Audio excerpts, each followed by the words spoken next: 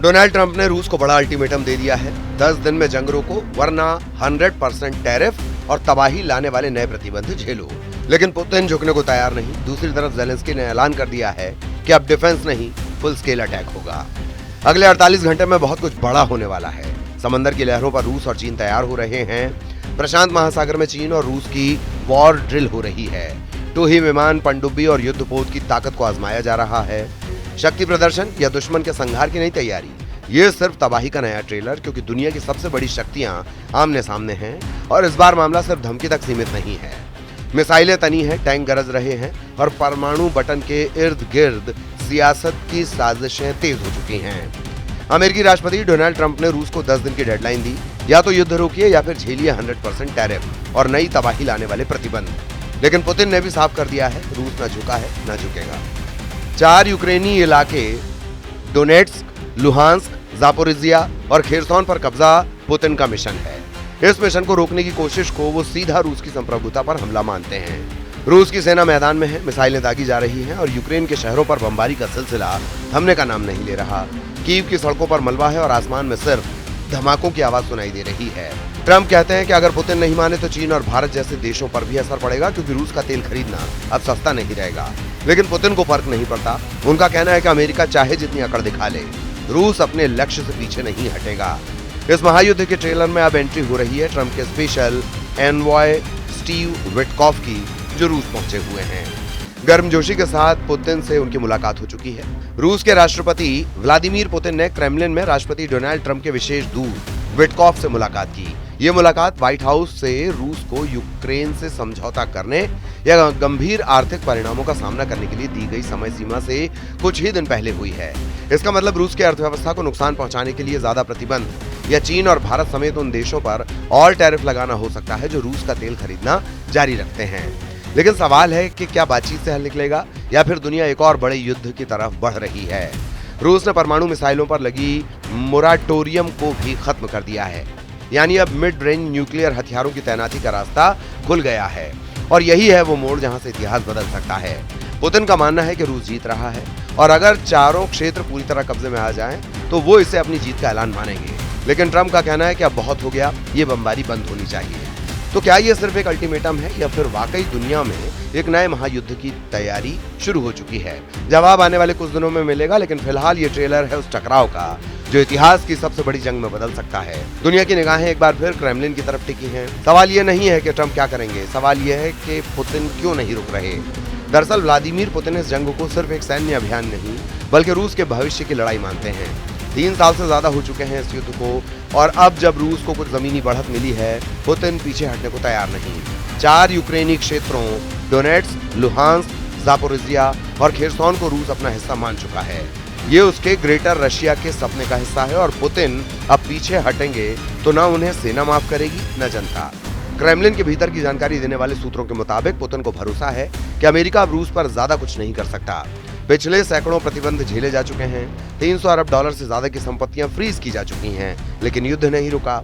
अब ट्रंप ने धमकी दी है, या तो युद्ध बंद करो या फिर 100% टैरिफ झेलो। और सिर्फ रूस ही नहीं, चीन और भारत जैसे देशों पर भी असर पड़ेगा, क्योंकि वो रूस से तेल खरीदते हैं। लेकिन रूस कह रहा है कि अमेरिका अब कुछ नया कर ही नहीं सकता, जो करना था कर लिया। और पुतिन का भरोसा इसी सोच पर टिका है कि अमेरिका सिर्फ धमकियां देगा, कार्रवाई नहीं। एक और अहम बात यह है कि पुतिन पश्चिम से बेहतर रिश्ते चाहते हैं, लेकिन उनका युद्ध लक्ष्य उससे भी ऊपर है। उनका मानना है कि अभी अगर युद्ध रोका गया तो रूस की जीत अधूरी रह जाएगी। उधर रूस की सेना कह रही है कि अगले 2 से 3 महीनों में यूक्रेनी मोर्चा पूरी तरह टूट सकता है, यानी युद्ध विराम का समय अभी नहीं आया, ऐसा क्रेमलिन का आकलन है। पुतिन अब अमेरिका के उस सीक्रेट डील को भी ठुकरा चुके हैं जिसमें रूस को क्रीमिया और कब्जे वाले इलाकों पर अंतर्राष्ट्रीय मान्यता का ऑफर था और बदले में युद्ध रोकने की शर्त। तो फिर पुतिन क्या चाहते हैं? साफ है, पूरी जीत, चारों क्षेत्रों पर कब्जा और उसके बाद ही बातचीत। लेकिन क्या तब तक ट्रंप इंतजार करेंगे या फिर दुनिया को उस आग में झोंक दिया जाएगा जहां सिर्फ मिसाइलों की गूंज होगी, टैंकों से कुचलती जमीन होगी और आसमान से तबाही मचाते लड़ाकू विमान होंगे?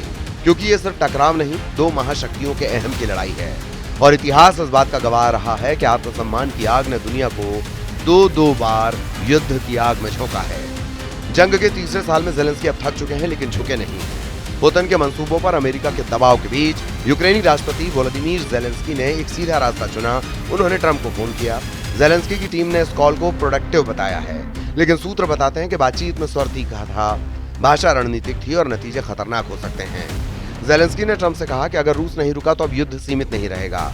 उन्होंने ट्रंप को चेताया, डेडलाइन खत्म होते ही यूक्रेन सिर्फ डिफेंस नहीं करेगा बल्कि फुल स्केल ऑफेंसिव शुरू करेगा।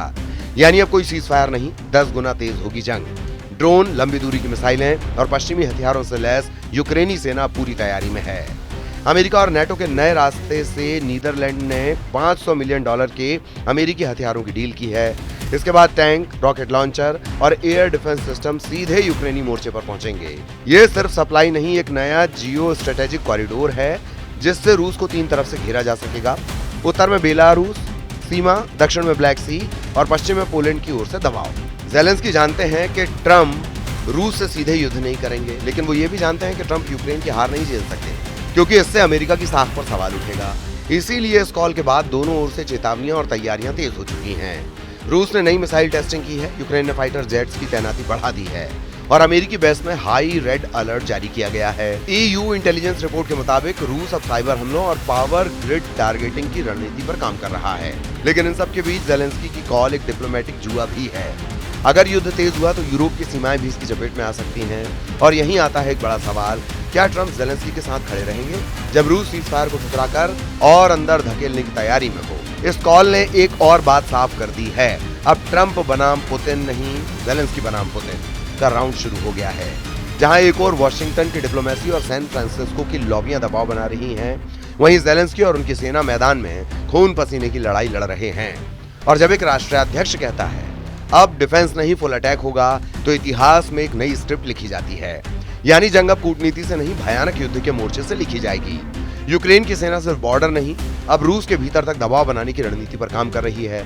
यूक्रेनी खुफिया एजेंसियों ने हाल ही में रूस के काला सागर फ्लीट के कमांड सेंटर पर हमला करने का दावा किया है। सैटेलाइट तस्वीरों से संकेत मिले हैं कि क्रेमलिन अब क्रीमिया में नई वॉरशिप की तैयारी कर रहा है। मतलब ये लड़ाई अब सिर्फ जमीन पर नहीं, समंदर और आसमान तक विस्तार ले चुकी है। नेटो के डिफेंस प्लान में अब साइबर वॉर को भी प्रमुख भूमिका दी जा रही है। नॉर्वे और लिथुआनिया के मिलिट्री एक्सपर्ट्स की माने तो रूस पश्चिमी पावर ग्रिड को टारगेट कर सकता है, वहीं यूक्रेन GPS जैमिंग और ड्रोन वॉरफेयर से जवाब देने की तैयारी में है। लेकिन इसके बीच सबसे बड़ा सवाल खड़ा हो गया है न्यूक्लियर प्रोटोकॉल का।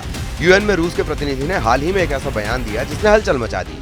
अगर रूस की जमीन को विदेशी सेना ने छुआ तो जवाब किसी भी स्तर पर दिया जा सकता है। किसी भी स्तर का मतलब सब जानते हैं। इसी को ध्यान में रखते हुए अमेरिका ने पोलैंड और रोमानिया में अपने न्यूक्लियर डिटरेंस सिस्टम को एक्टिव कर दिया है। और इसी बीच जापान और दक्षिण कोरिया में भी अलर्ट लेवल बढ़ाया गया है। अमेरिका ने पहले ही अपने B-2 स्पिरिट स्टेल्थ बॉम्बर्स को इंडो पैसिफिक रीजन में शिफ्ट कर दिया है। ईरान के खिलाफ हुई 12 दिन की जंग में अमेरिका बंकर बस्टर बमों का इस्तेमाल भी कर चुका है। यही नहीं, अमेरिका और साउथ कोरिया के मरीन ट्रूप वॉर ड्रिल में हिस्सा ले रहे हैं। केमिकल हमले और दुश्मन की घुसपैठ से बचने के पैंतरे आजमाए जा रहे हैं। यानी एक यूरोपीय युद्ध की आंच अब एशिया के समुद्रों तक पहुंच चुकी है। चीन ने इस पूरे घटनाक्रम पर आधिकारिक चुप्पी साधी है, लेकिन शंघाई सहयोग संगठन की बैठक में रूस के पक्ष में बयान दिया गया। भारत ने एक बार फिर युद्ध विराम की अपील की है, लेकिन अब उसकी कूटनीति की विश्वसनीयता भी दांव पर है, क्योंकि अगर अमेरिका रूस पर नए टैरिफ लगाएगा तो भारत की ऊर्जा नीति पर सीधा असर पड़ेगा। रूस से मिलने वाला सस्ता तेल महंगा होगा और पश्चिमी दबाव भारत पर कूटनीतिक संतुलन बनाना और मुश्किल करेगा। अंतर्राष्ट्रीय बाजार में ब्रेड क्रूड $125 प्रति बैरल तक पहुंचने की आशंका IMF की रिपोर्ट के मुताबिक यूक्रेन संकट वैश्विक मंदी का कारण बन सकता है। तो क्या अगला महायुद्ध सिर्फ गोलियों से नहीं, आर्थिक हथियारों से भी लड़ा जाएगा? और सबसे अहम सवाल, क्या इस बार कोई भी देश युद्ध से खुद को पूरी तरह बचा पाएगा? क्योंकि एक तरफ पुतिन की जिद है, दूसरी तरफ जेलेंस्की की हुंकार और तीसरी तरफ ट्रंप की चेतावनी। तीनों के पास हथियार है, रणनीति है, लेकिन अगर कुछ नहीं है तो वो है साझा समझ। और जब साझा समझ गायब हो जाती है तब जंग के जरिए इतिहास खुद को दोहराता है।